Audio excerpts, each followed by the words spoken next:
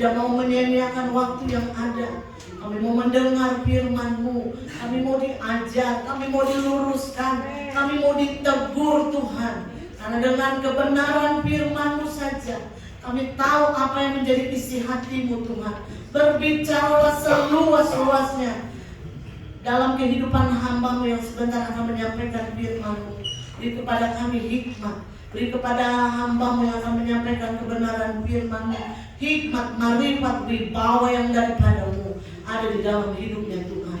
Mengampuni segala dosa salah kami Bapa, melayakkan kehidupan kami. Kami terima berkat firman-Mu hanya di dalam nama Tuhan Yesus Kristus. Haleluya. Amin.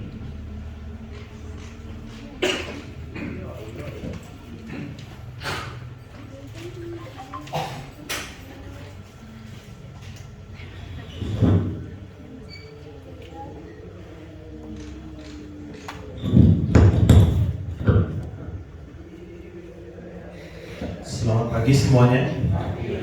Selamat pagi semuanya. Haleluya. Puji Tuhan. Haleluya, puji Tuhan. Amin. Semua siap mendengar firman Tuhan? Saya harap ya semuanya siap. Semuanya saya harap sehat-sehat, baik-baik saja, dalam kondisi yang baik. Seperti yang kita tahu, kita sudah masuk ke musim hujan. Jadi kita jaga kesehatan kita supaya kita bisa bekerja, dan terlebih lagi kita bisa tetap beribadah kepada Tuhan. Sekali lagi siap mendengar firman Tuhan? Amin. Kita langsung saja buka kitab kita dalam Wahyu. Wahyu pasal 2 ayat 1 sampai 7.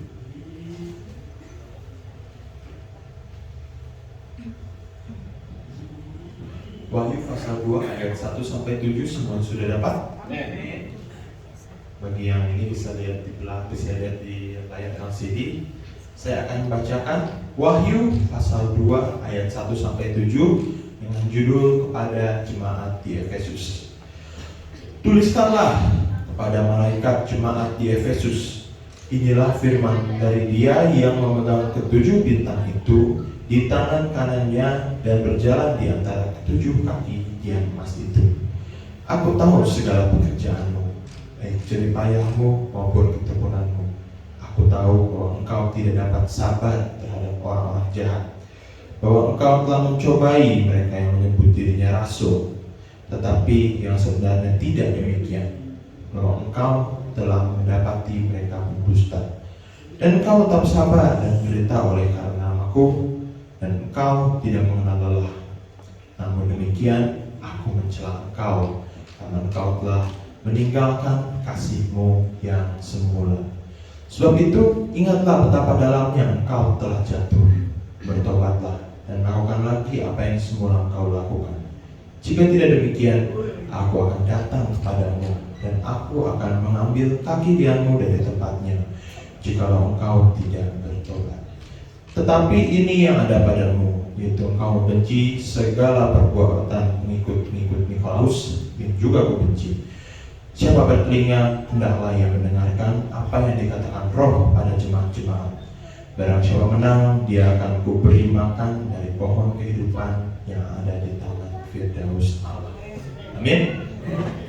Firman Tuhan pada pagi hari ini biasakan saya membawakan mengenai tokoh, tema, tokoh ataupun tempat ataupun sebuah kitab. Tapi saya akan memberikan judul pada untuk firman Tuhan saya pada pagi hari ini, yaitu Back to the First Love. Back to the First Love. Kenapa harus pakai bahasa Inggris sih? Gaya apa? Oh enggak, ini ada alasannya. Kenapa saya pakai khususnya bahasa Inggris tema kali ini? Back to the First Love. Kembali pada cinta pertama. Kita bahas dulu kitab Wahyu ya. Kitab Wahyu ini adalah kitab perjanjian baru yang terakhir dan juga penutup dari Alkitab kita, selain kamus dan peta mungkin ya. Jadi kitab Wahyu ini adalah kitab penutup, dan kitab Wahyu ini adalah kitab yang paling luar biasa. Kalau kita lihat baca bagaimana isinya, wah itu luar biasa sekali.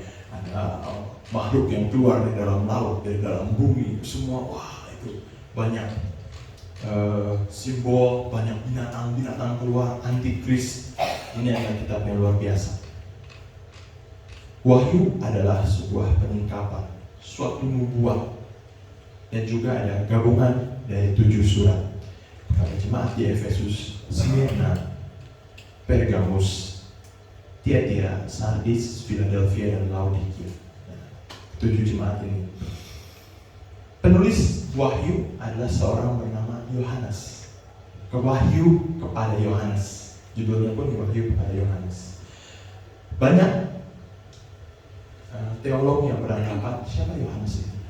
Ada yang bilang, oh ini Rasul Yohanes, murid Yesus yang dikasihinya. Banyak yang berpendapat seperti itu. Tapi ada juga yang berpendapat lain, oh ini bukan, ini Yohanes yang berbeda. Tetapi itu tidak terlalu jadi masalah. Itu bukanlah hal yang harus diperdebatkan, karena nanti kita akan bahas juga dalam firman Tuhan ini banyak hal yang orang Kristen harusnya tidak diperdebatkan, tapi malah jadi sebuah perdebatan yang hebat. Tidak usah. Yang penting adalah isi dari firman Tuhan itu sendiri. Wahyu kepada Rasul, kepada Yohanes. Ini ditulis di Pulau Patmos. Tuhan memberikan kewahyuan kepada Yohanes pada saat dia dibuang ke Pulau Patmos. Seperti yang kita tahu, orang-orang percaya waktu itu mengalami nasib yang tidak enak. Banyak yang dibunuh dan banyak juga yang dibuang, seperti Yohanes salah satunya. Di bagian awal Wahyu, Tuhan melalui perantaraan Yohanes, Tuhan sendiri menyampaikan pesannya kepada 7 jemaat tadi. Khusus nats ini yang kita baca, Tuhan menyampaikan pesan pada jemaat Kristen di Efesus. Efesus adalah sebuah kota Yunani kuno dan juga kemudian jadi kota Romawi ketika bangsa Romawi menguasai dunia di pesisir barat Asia Kecil atau sekarang disebut Turki. Kita mengenal daerah itu sebagai Turki.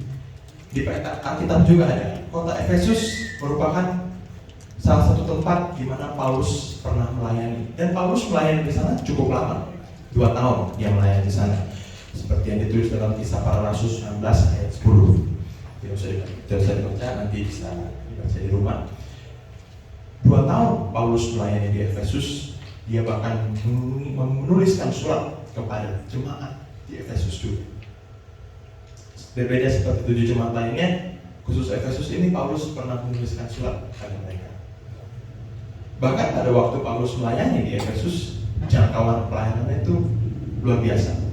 Bukan cuma Efesus yang terkena dampak dari pelayanan Paulus, tetapi daerah sekitarnya. Salah satunya yang sering saya bahas adalah Kolose. Kolose itu jauh dari Efesus, tapi karena pelayanan Paulus yang luar biasa di Efesus, Kolose pun ada mengikuti Tuhan di situ. Luar biasa. Setelah Paulus dipenjara di Roma, Paulus menulis surat kepada jemaat di Efesus. Surat Efesus ini yang ditulis oleh Paulus itu ditulis sekitar tahun 62 Masehi. Nah, wahyu Tuhan, surat yang Tuhan sampaikan kepada melalui perantaraan Yohanes pada jemaat di Efesus ini ditulis sekitar tahun 92. Jadi jarak antara surat Paulus kepada jemaat Efesus dan surat dan wahyu kepada jemaat di Efesus itu 30 tahun. Tuhan sendiri yang menyampaikan apa yang kita baca kepada jemaat di Efesus. Nah, seperti yang tadi saya pernah katakan, menafsirkan wahyu itu bukan hal yang mudah. Wahyu itu adalah kitab yang spektakuler, penuh dengan simbolis, penuh dengan banyak hal-hal yang luar biasa lah, penuh dengan nubuat akhir zaman, apokaliptik, kitab apokaliptik. Saya pernah membaca atau mendengar membaca kalau salah. Saya lupa bukunya apa, yaitu mengenai menafsirkan wahyu. Menafsirkan kitab wahyu itu bukan hal yang mudah. Kenapa? Karena di sini mengatakan menafsirkan wahyu memerlukan bukan hanya pengetahuan, bukan hanya diri kita, tapi kesehatan mental yang cukup. Kita harus memiliki kejiwaan, kita terus sehat untuk bisa menafsirkan wahyu. Kadang-kadang memang agak aneh, kenapa harus punya kesehatan mental yang kokoh untuk menafsirkan wahyu? Karena banyak, bahkan presentasinya sangat banyak pemimpin aliran sesat menjadi seperti itu, menjadi sesat karena penafsiran wahyu. Mereka berusaha menafsirkan wahyu sesuai dengan pemikiran mereka, dan mental mereka gak sehat. Akhirnya apa yang terjadi? Pengikutnya mati, bunuh diri massal, tembakin polisi apa. Jadi wahyu ini bukan kitab sembarangan. Tidak bisa kita tafsir secara semaunya, ini menurut saya ini artinya ini. Tidak. Kita harus memastikan apakah mental kita sehat dulu. Karena itu penting, itu sangat penting. Ini juga sangat menarik. Ternyata menafsirkan kitab itu gak cuma dengan pengetahuan aja, tapi kita harus memiliki mental yang kuat. Kita kembali lagi ke dalam Efesus. Dalam nats yang kita baca, khususnya di ayat 2 dan 3, Tuhan mengetahui apa yang dialami oleh jemaat Efesus.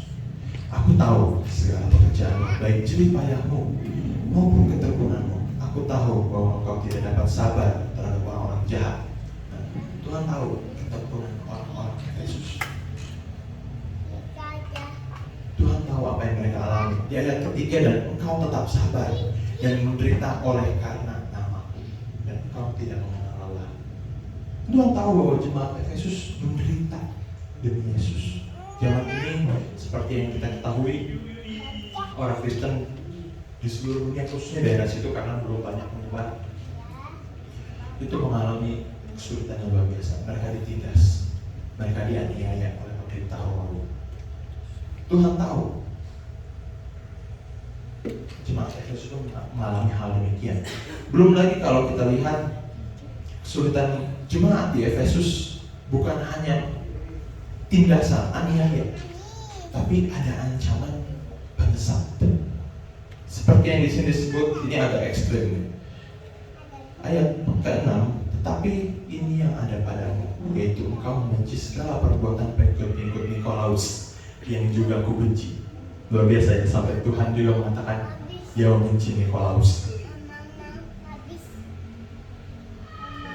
Nikolaus waktu itu banyak, siapa sih sebenarnya Nikolaus ini?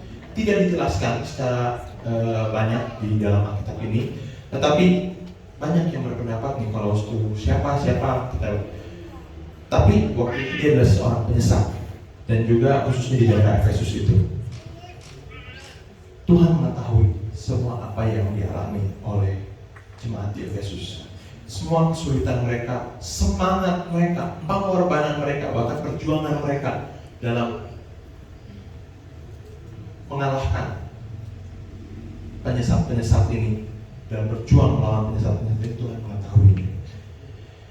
Tetapi dalam ayat 4 dan 5, Tuhan mencela dengan keras jemaat Efesus karena mereka merupakan kasih mula-mula yang dimiliki mereka. Apa itu kasih mula-mula? Kita baca lagi ya, ayat keempat. Namun demikian, aku mencela engkau karena engkau telah meninggalkan kasihmu yang semula. Apa itu kasih mula-mula? Saya juga jujur waktu menyusun firman Tuhan ini, renungan firman Tuhan ini, saya bingung. Kasih mula-mula itu apa ya? Apa itu kasih mula-mula? Khususnya dalam konteks ayat ini ya. Tapi puji Tuhan, Tuhan memberikan jawaban, dan juga Bapak Gembala juga memberikan pengetahuan lagi, karena kita selalu sharing kalau di rumah, sharing mengenai firman Tuhan dan sebagainya. Apa itu kasih mula-mula? Seperti yang tadi saya katakan, judul firman Tuhan pada pagi hari ini itu bahasa Inggris, Back to the First Love. Maaf, apa di sini ada King James Version? Boleh ditampilkan? Wahyu 2 ayat 4.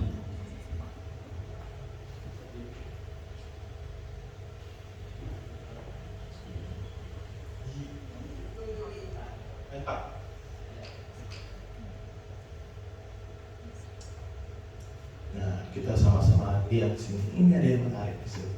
Wahyu 2 ayat 4, Revelation 2 ayat 2.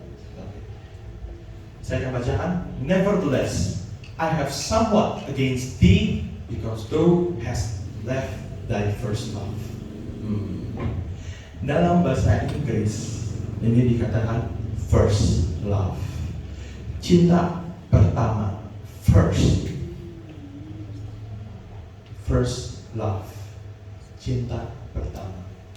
Kata yang dipakai adalah first love atau cinta pertama. Kalau bahasa Indonesia tadi cinta mula-mula, kasih mula-mula. Kalau dalam bahasa Inggris first love. First artinya pertama. Artinya berarti ada yang second, kedua, third, ketiga, fourth, keempat, dan seterusnya. Benar? Betul? Ada. Kasih pertama, kasih kedua, kasih ketiga, kasih keempat, kasih kelima. Dalam bahasa Yunani, di dalam Alkitab itu ada 5 jenis kasih. Yang pertama adalah, nah ini mungkin anak-anak teologi udah tahu ya. Yang pertama adalah agape, yaitu kasih Tuhan kepada manusia. Yang kedua adalah philia, kasih kepada sesama. Yang kedua adalah storge, yaitu kasih pada ketiga kasih kepada keluarga. Yang keempat, eros, cinta romantis atau mungkin nafsu. Yang kelima adalah telo, kasih kepada diri sendiri atau kesenangan pribadi. Berarti ada 5.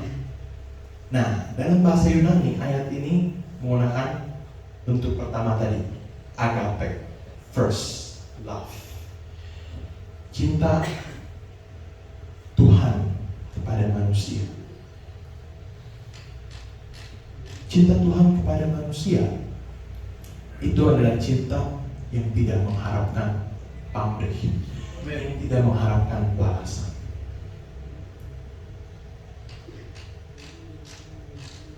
Di sini jemaat Efesus mungkin mereka seperti yang ditulis, Tuhan melihat mereka masih menunjukkan kasih, mereka masih menunjukkan kasih mereka masih berjuang. Tetapi Tuhan tidak melihat kasih mula-mula itu, first love, cinta pertama orang Efesus itu Tuhan tidak melihat. Bahkan di sini dikatakan sudah meninggalkan cinta pertama. Berarti sudah tidak ada lagi itu cinta tanpa pamrih, mengasihi Tuhan tanpa pamrih itu tidak ada lagi. Sedangkan dalam Ulangan pasal 6 ayat 5, kasihilah Tuhan Allahmu dengan segenap hatimu, dengan segenap jiwamu, dan dengan segenap kekuatanmu. Ini totalitas tanpa pamrih. Kita akan menerapkan kasus yang terjadi di Efesus ini kepada gereja saat ini. Bagaimana gereja Tuhan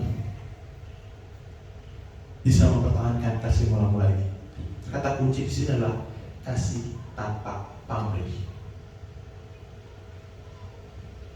Pada dasarnya jemaat itu hadir ke dalam suatu ibadah untuk menjalin hubungan dengan Tuhan, untuk memuji, menyembah Tuhan, dan untuk mendengarkan firman Tuhan yang itu pada dasarnya.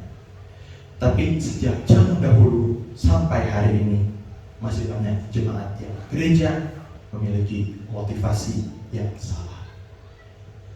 Motivasi itu adalah hal yang penting dalam kita beribadah. Apakah kita benar-benar mau menyembah Tuhan?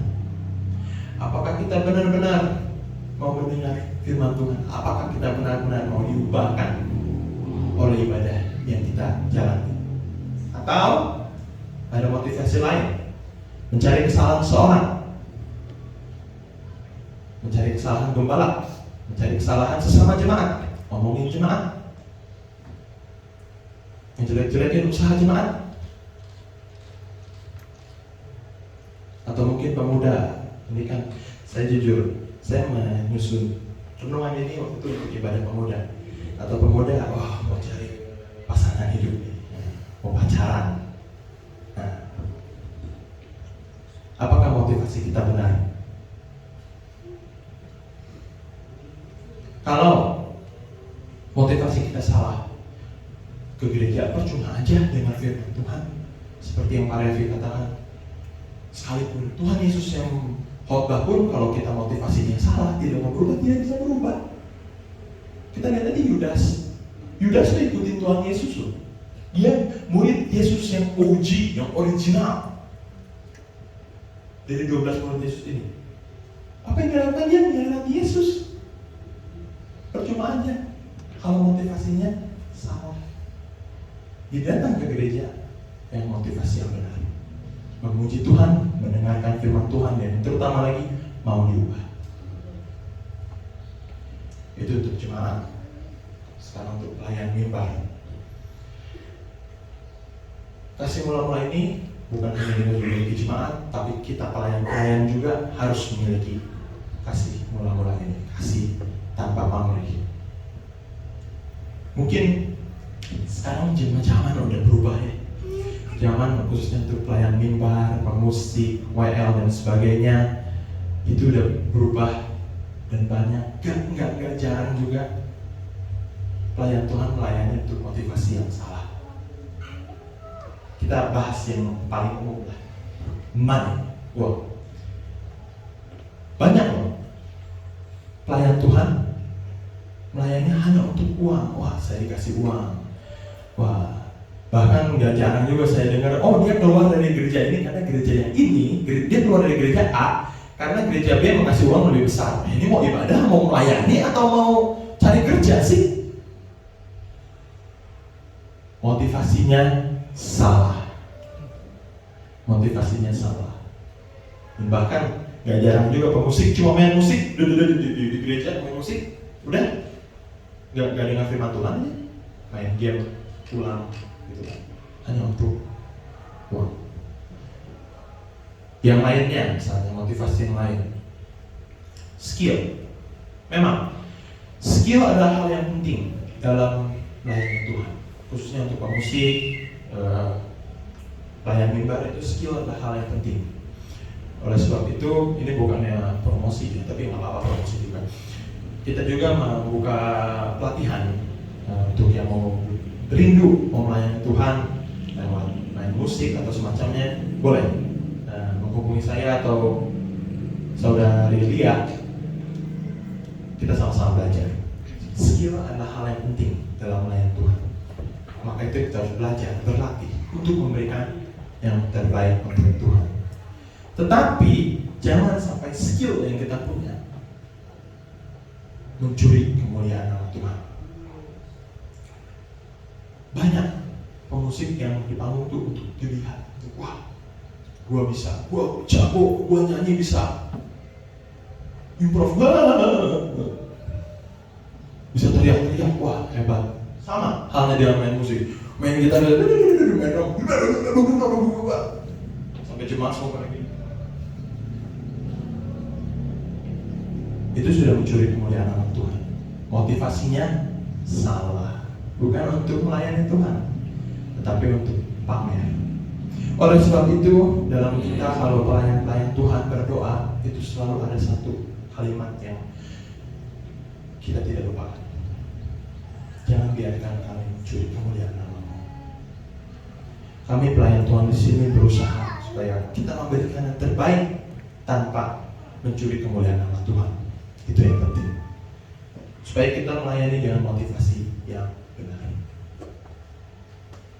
Kita baca dalam Yohanes 3 ayat 30.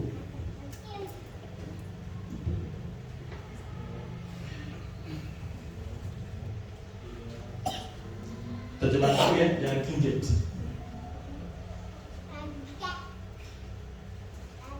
Yohanes pasal 3 ayat 30. Ini ayatnya singkat tapi luar biasa. Sudah dapat semuanya? Amin. Oke, sudah ada di layar. Yohanes 3 ayat 30. Baik, mungkin ada yang mau bacakan di sini? Saya berikan kesempatan.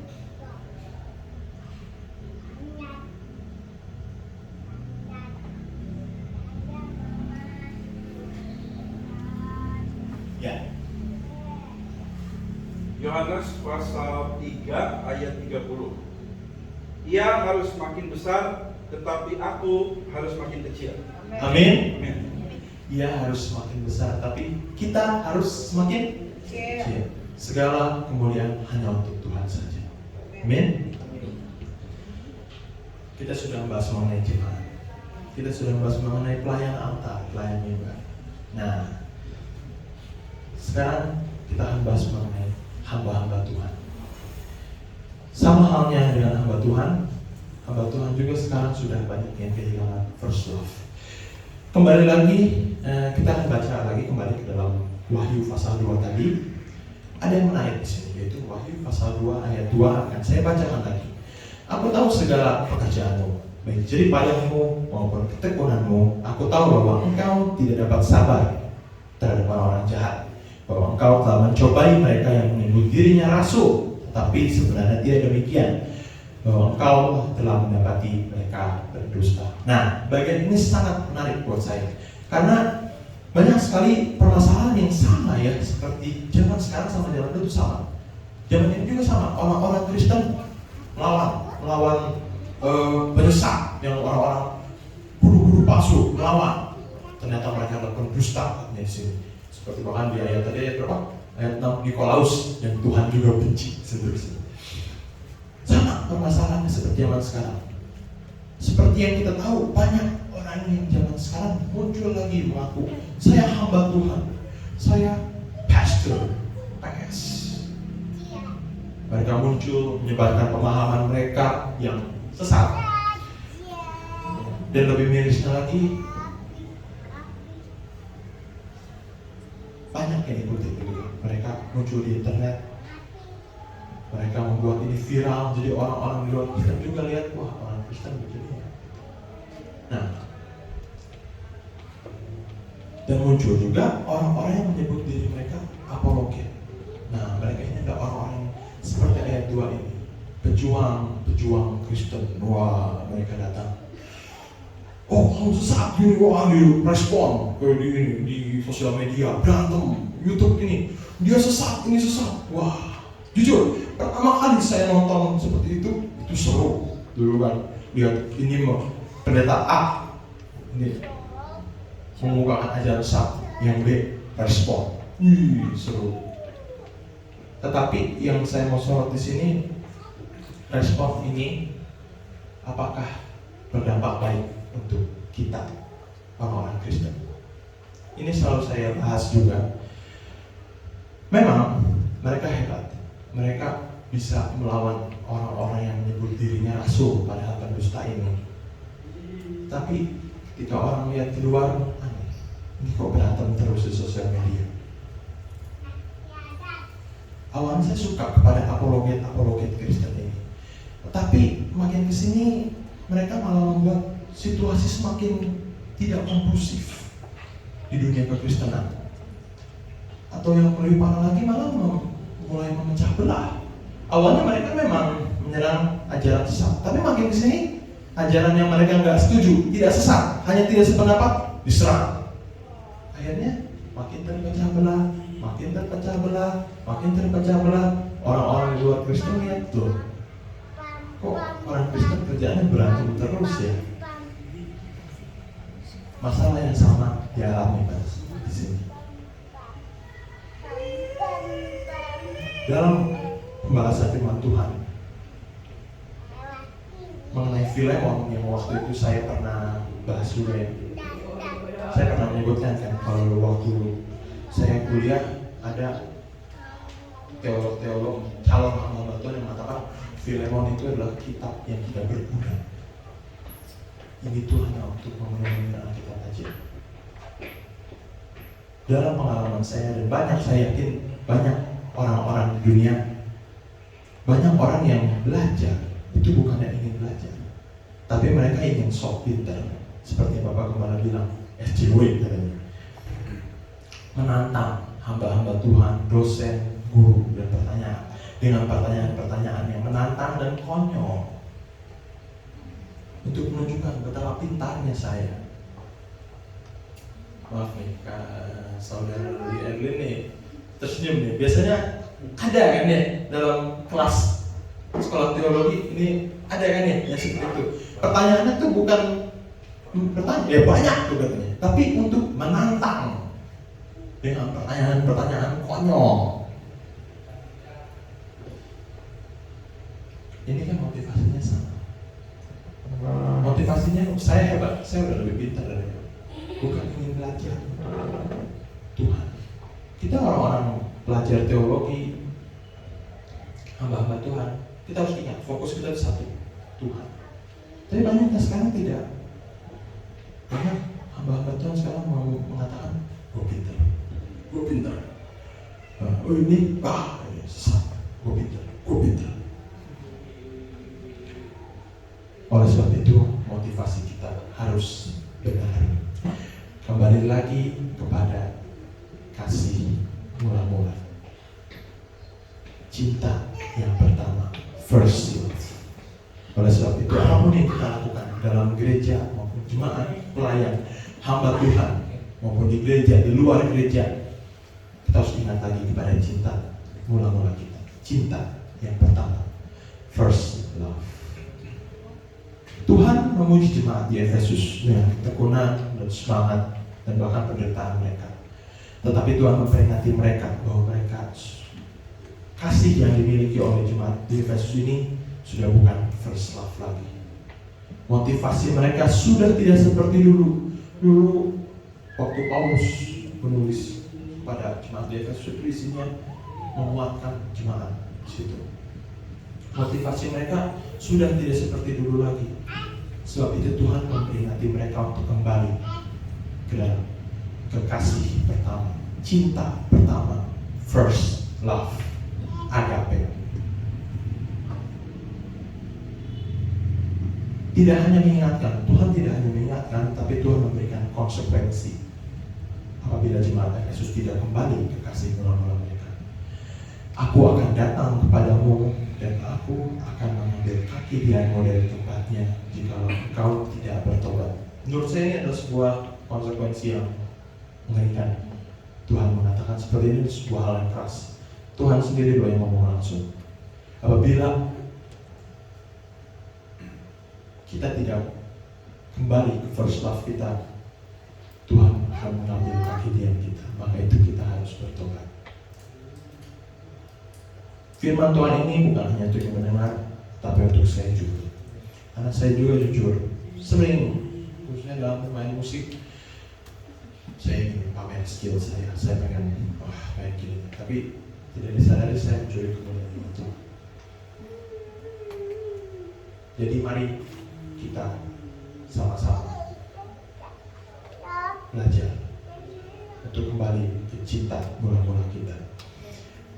Saya akan kembali baca ayat yang ke-7.